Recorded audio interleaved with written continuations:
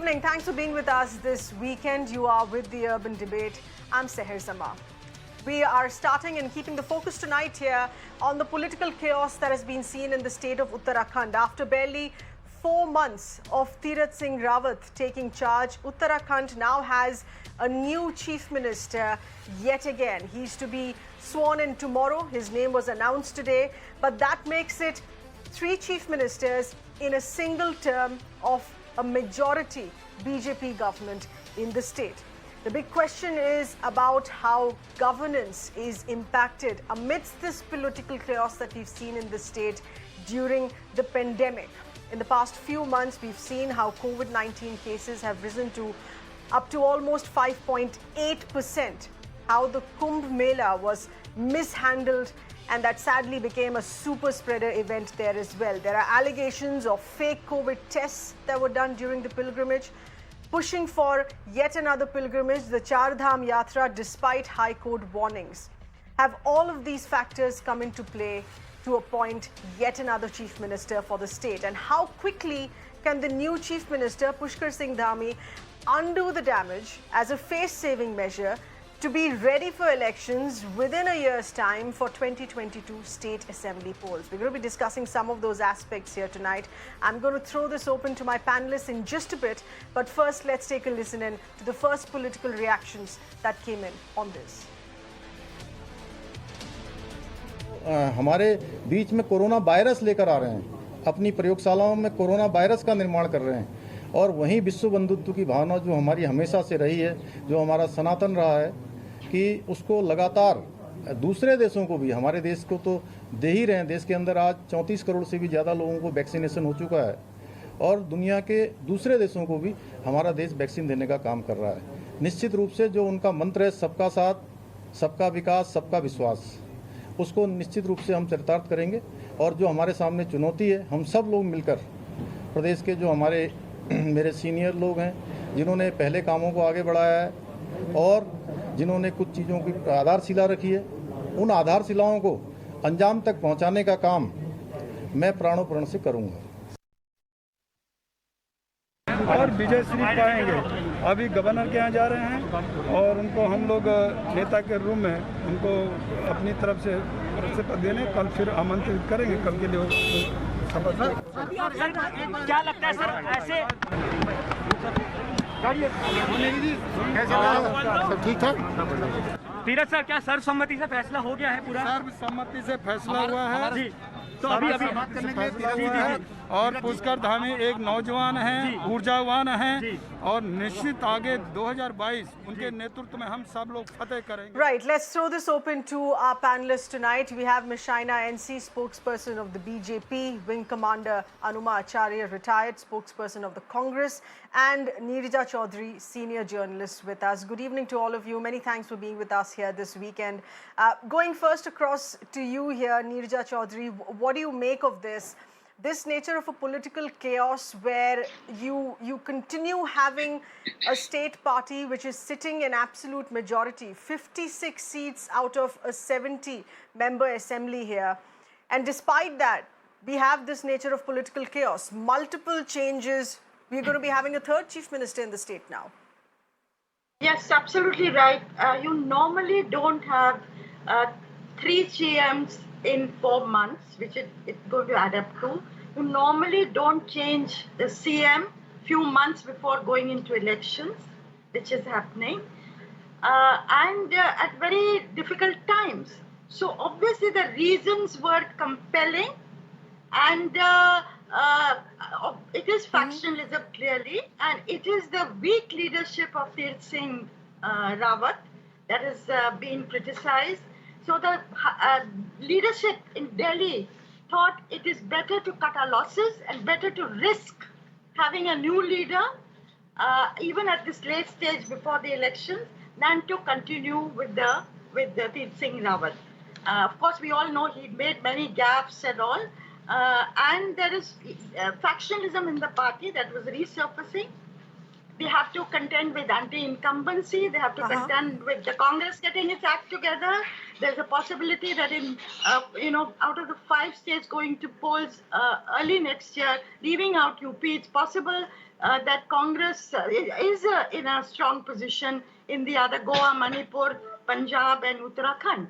So given all those factors, and the BJP leaders have really, held many sessions over hours and hours to see how they put their act together in these states. Also, there are major reorganization may be in the offing. A cabinet reshuffle is being talked about.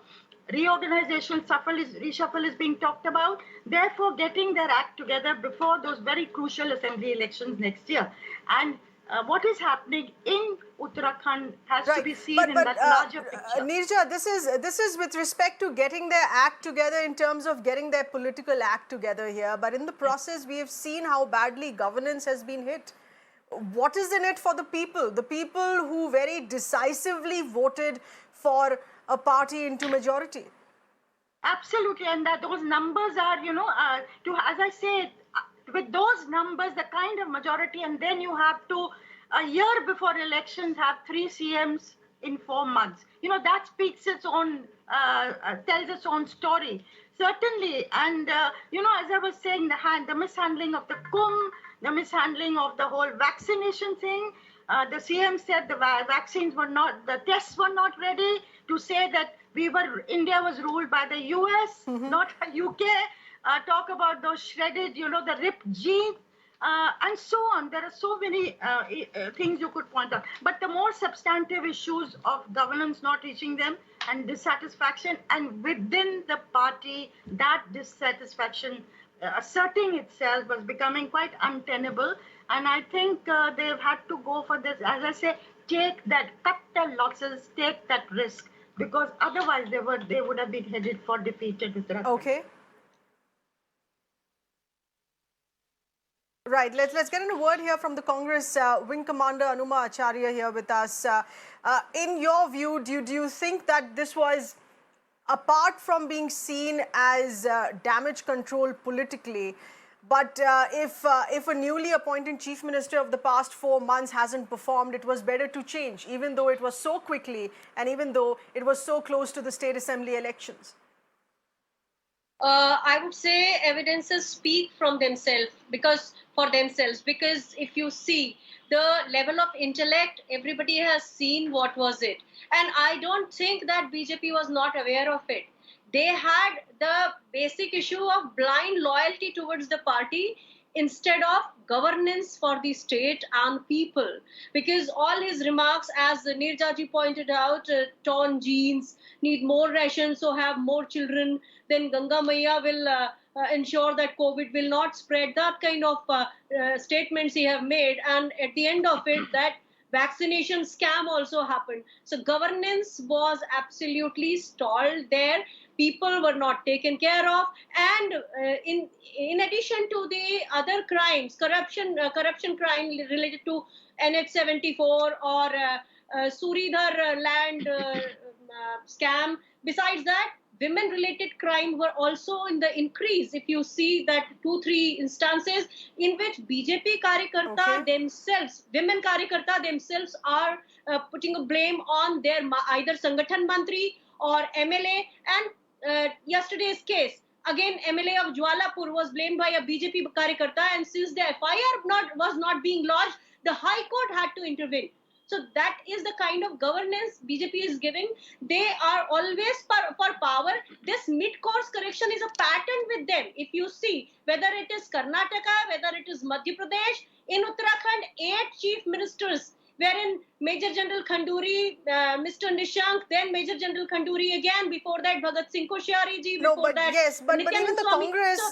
The Congress in the previous term could not complete their previous term, though the only complete term that we've had is of the first Congress government in the state soon after the formation was under the late N.D. Tiwari. But even under Mr. Rawat, the Congress was unable to, Mr. Harish Singh Rawat, the Congress was unable to complete its term. So we're effectively looking at 10 chief ministers in 20 years. It's not just connected to the BJP, it is as much connected to the Congress here as well. But Shaina NC, would you like to step in here on this excuse that has been given by Tirath Singh Rawat, saying that we could have been headed for a constitutional crisis, citing Article 164, citing Article 151 of being unable to conduct by-polls or being so close to the state assembly polls. Could this not be foreseen? We all knew that he was handpicked by the centre. He was a Lok Sabha MP and he was brought into the state. Look, unlike other parties, we are a very democratic party. We have leadership that bases performance-based government, which is in the interest of all. Now, if there is a constitutional provision requiring him to get elected to the assembly within 6 months, there is some kind of unlikelihood for that because he is a Lok Sabha MP. And having said that, I don't think this is about changing around. This is about improvising in whichever way the party deems fit. And there is a parliamentary board. The BJP has had a meeting of the legislative group on Saturday afternoon at the headquarters in Dehradun. And please understand that when this statement was made, if there are constitutional crises and if he found it appropriate to resign, you must respect it. It's an internal matter of the BJP. It's not as if people of Uttarakhand are getting to be a part of a change which is probably in the best interest of all. In this time of pandemic, when Mr. Rawat returned to Dehradun, and of course, he met with our party president, Nadda ji and Amit Shah ji. And of course, our prime minister believes that, yes, he's a strict taskmaster when it comes to performance. And if that performance means that it needs to be a change in the interest of the party, we always believe, and the Bharatiya Janata Party's fundamental has always been nation first, party next. No, but Shaina NC, are you saying picking him was a miscalculation? How can you say this is not connected, this is not concerned to the people? You're giving them multiple chief ministers in a single-term government. How is it not affecting people here? And has the central leadership also miscalculated? Is there a hit and trial here on choosing who's the best leader to be the chief minister? No, I think the state leaders have absolutely reposed faith in the central leadership in this entire episode and have left it to the party to choose who they deem would be best to take them to elections. Now, if you have a party where there is a democracy, you question that. If you have a party where there is no kind of change and you just go ahead because you have to, then you question that. So let every party at least formulate their own strategy. And do understand that even at the time of COVID, when you were talking about the Kumbh, etc., the changes that were made in the interest of all, adhering to protocols, ensuring that, there were changes, because not just the assembly election, 2022 is going to be historic when it comes to the victory of the Bharatiya Janata Party. And trust me when I say that, and please let me say that on record, it is not at all about just a leadership that is an oversight, as you cited. It could be a by-election, it could be a constitutional provision, it could be a democracy where the other legislators have come to the party and said, it could be anything. And we believe that there is a parliamentary board that takes decisions. There are several strong leaders from Uttarakhand, whether it's our education minister, Ramesh Pokhriyal Nishank, whether it is Satpal Maharaj, whether it's Dhan Singh Rawat, whether it is Anil Baluni ji himself, who heads our media and is our Rajya Sabha MP. So the list is endless. We are a party of 11 crore cadre. So rather than blaming confusion and trying to make this into a woes, I think let's understand we are not starved of choice. We have so much talent in the Bharatiya Janata Party.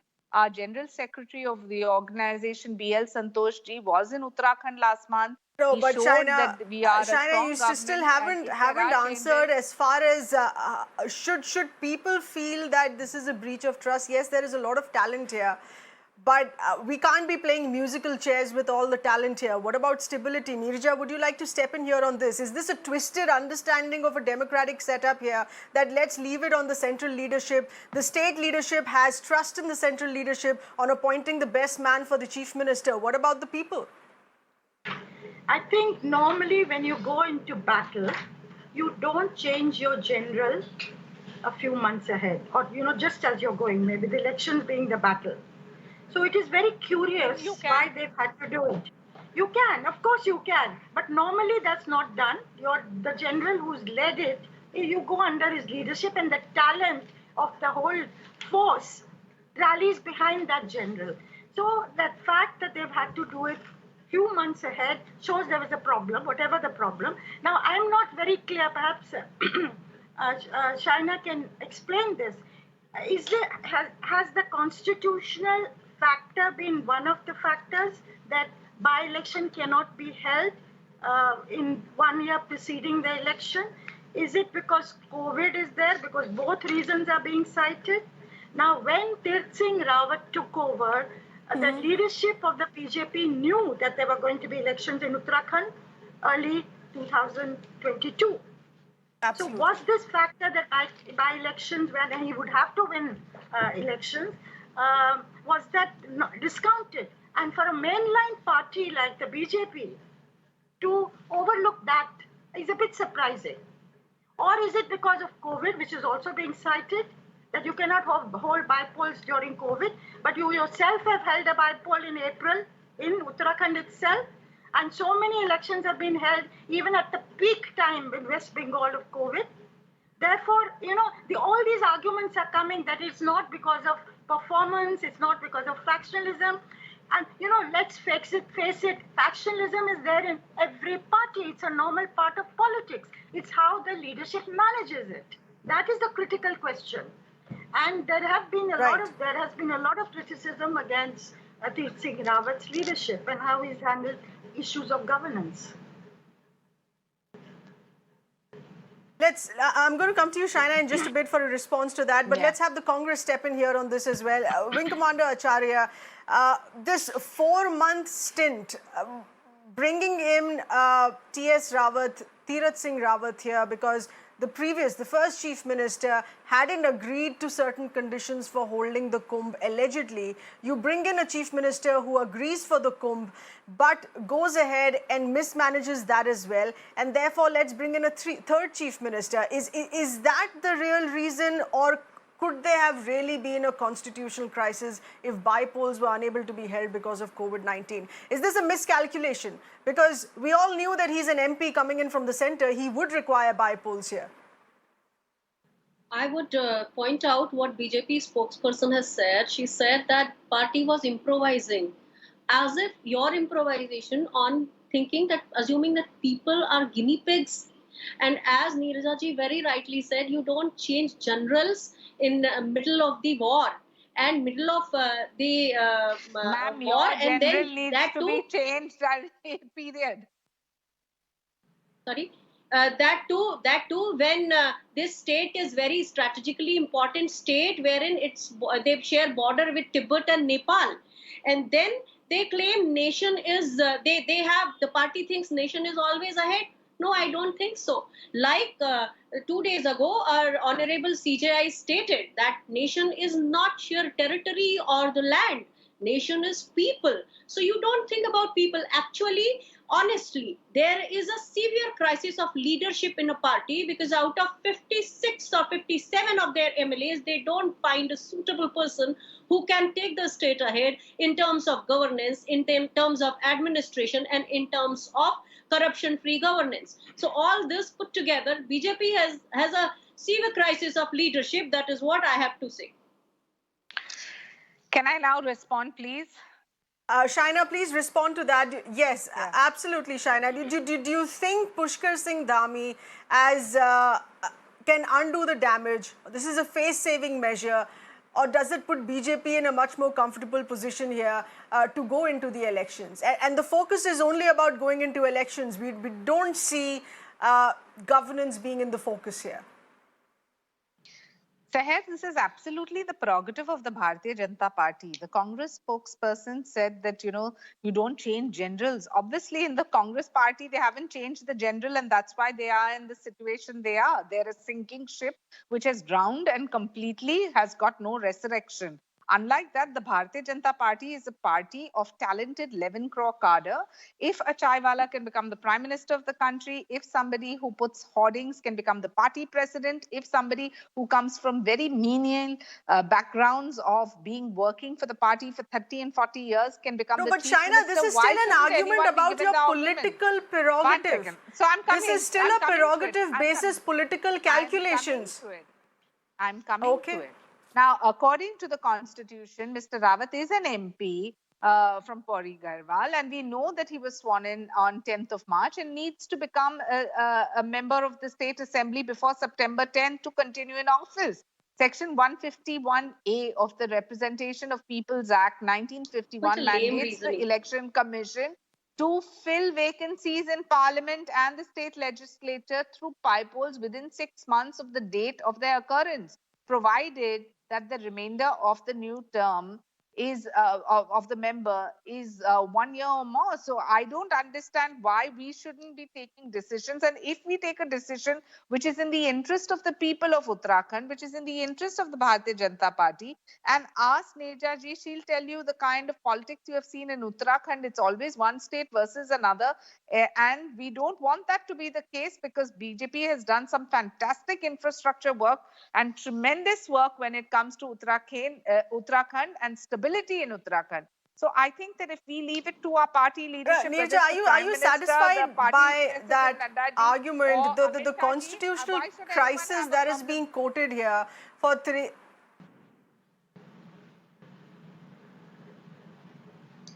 Neja, please respond to that here, because this is also with respect to making an exception, aware of COVID crisis here, aware how timelines can be stretched here, and fully aware that this was a person who was brought in who had to go into polls, and now they're saying it's not possible. Was a miscalculation made 4 months before then?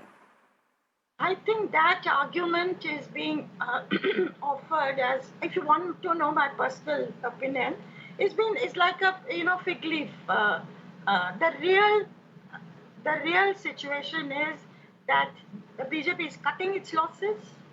It's replacing him at a very late stage, and it calculates that it is a risk. It's a risk worth taking, because the alternative is worse, and that they might lose the state if they continued with him. So in their wisdom, as Shaina says, they have taken that decision. And let's now see what happens, because as I said earlier, the assembly elections next year is going to set the tempo for the following 2 years and leading up to 2024.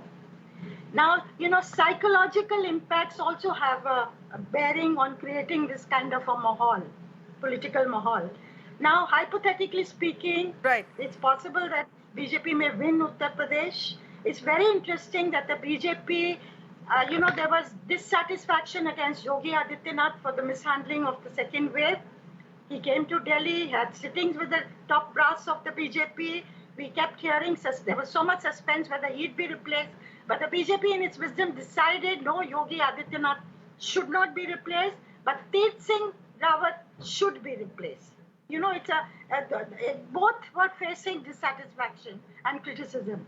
And Yogi Adityanath has probably more political heft. And different decisions on both, interestingly. Wing Commander Acharya, very quickly, if it's more about, and it is an argument about providing stability, providing governance, on what basis is the Congress sitting and criticizing this move? If you will see, data-wise, the status of unemployment is increased from 1% to 11%. The women-related crime have also increased phenomenally. And then added to that is corruption. So where is the governance? They say it is a democratic decision in the party. We see sheer autocracy in the entire decision-making process. It is all oriented towards election, as if all right, you're saying this is autocracy. It's a center leadership that steps in to decide on state stability despite having majority, unfortunately. But this is what is unfolded in Uttarakhand in the build-up to the state assembly elections. I really apologize. We're completely out of time here. We'll have to leave it at that. Thanks for being with us tonight.